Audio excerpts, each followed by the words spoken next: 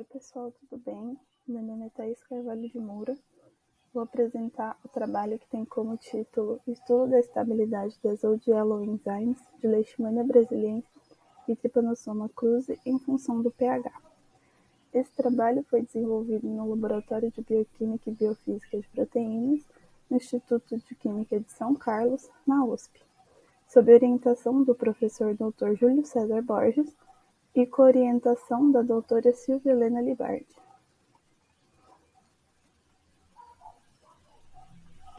Esse trabalho tem como conteúdo uma introdução, um objetivo, materiais e métodos, resultados e discussões e uma conclusão. As Old Yellow Enzymes elas foram isoladas e descritas em cerca de 1932 a partir da levedura do fermento cervejeiro e por ter uma coloração amarela, ela foi denominada Yellow Enzyme. Em 1938, foi descoberta uma nova enzima de coloração amarela, e por isso o termo old foi acrescentado na enzima anterior, que ficou como a velha enzima amarela. As OYEs, que é como a gente abrevia o termo, elas são flavoproteínas, ou seja, vão apresentar um cofator de coloração amarela vindo da riboflavina 5-fosfato, que seria o FMN, e elas vão realizar reações de óxido-redução.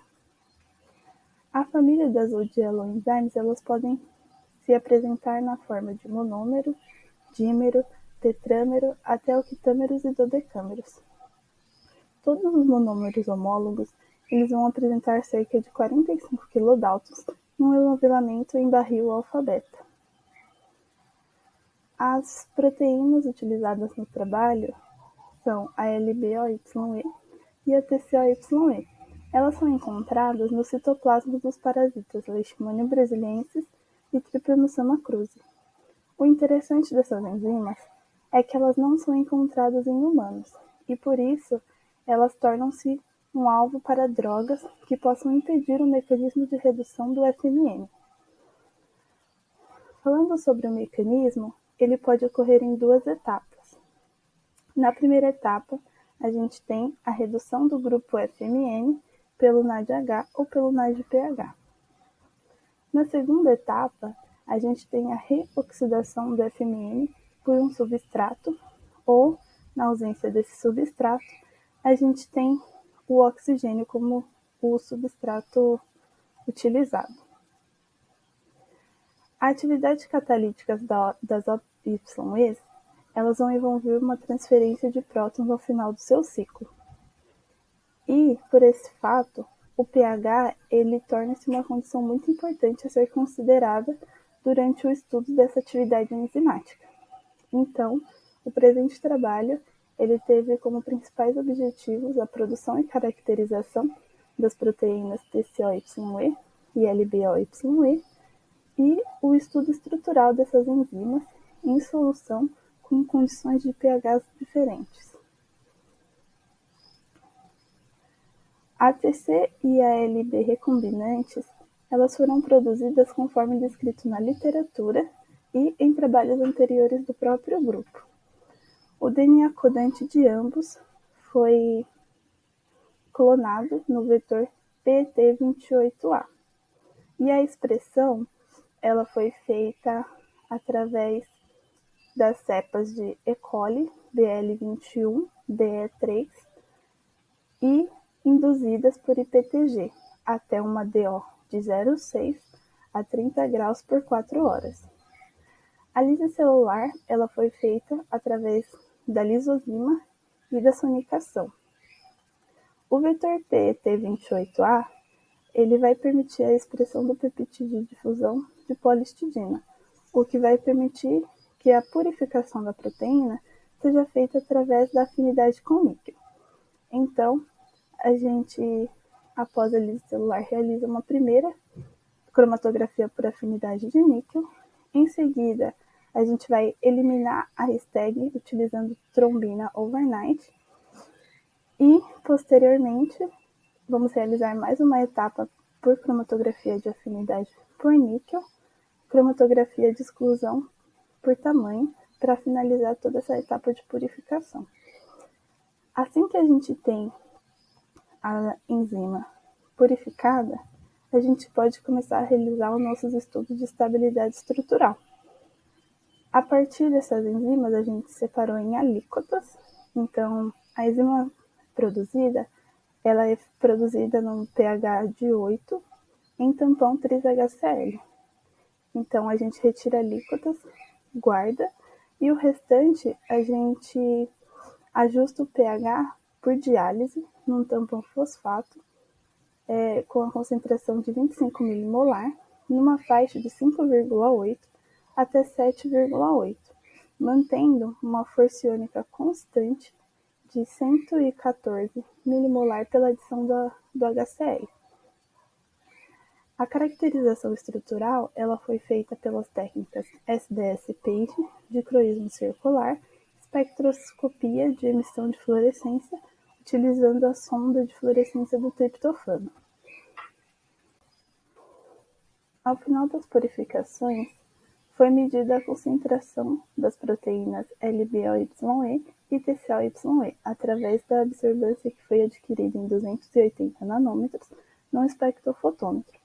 Então, através da lei de Beer, chegamos a um resultado de 16 micromolar para LBOYE e 18 micromolar para TCOYE. A análise da estrutura primária ela foi feita por meio da técnica de SDS-PAGE, no qual foi usada o gel de poliacrilamida na presença de SDS 12%. A gente tem que, na teoria, a TCOYE vai apresentar uma massa de cerca de 42,3 kDa e a LBOYE 41,1 kDa. Foi feita uma análise comparativa entre a massa no pH de produção das proteínas, que é o pH 8, e os demais pHs estudados. Então, olhando a figura, a gente tem que não há nenhuma alteração entre as massas, então a gente pode assumir que o pH não modificou a estrutura primária das proteínas. A mesma análise comparativa foi feita para a técnica de dicroísmo circular, onde foi estudada a estrutura secundária das proteínas, com espectros de 40 cumulativas.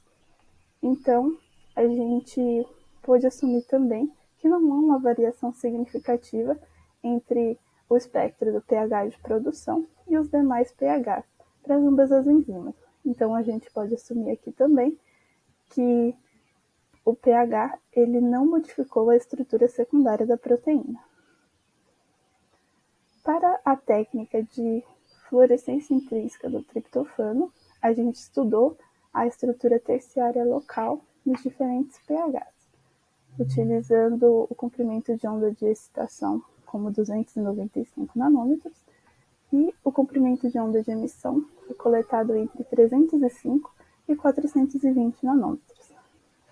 As figuras As, elas vão apresentar os espectros de emissão adquiridos originalmente pelo equipamento. A fim de eliminar qualquer interferência das concentrações, foi feita uma normalização e essa é mostrada nas figuras B. A figura C, ela vai mostrar um parâmetro específico, que vai confirmar se houve ou não uma mudança na nossa estrutura terciária. E de acordo com o que é visualizado, que seria o centro de massa e o comprimento de onda máxima em função do pH, a gente tem que um aumento do pH,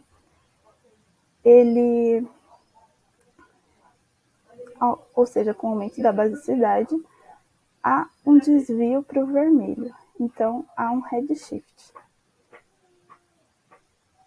Então, como conclusão, a gente tem que os experimentos utilizados para SDS, PAGE e CD vão demonstrar que a mudança do pH ela não teve uma influência significativa nas estruturas primária e secundária das proteínas estudadas. No entanto, o experimento de fluorescência demonstra uma variação no centro de massa espectral, o que vai indicar uma mudança no ambiente químico do triptofano. Então, essa foi a apresentação. Estou aberta a perguntas e muito obrigada.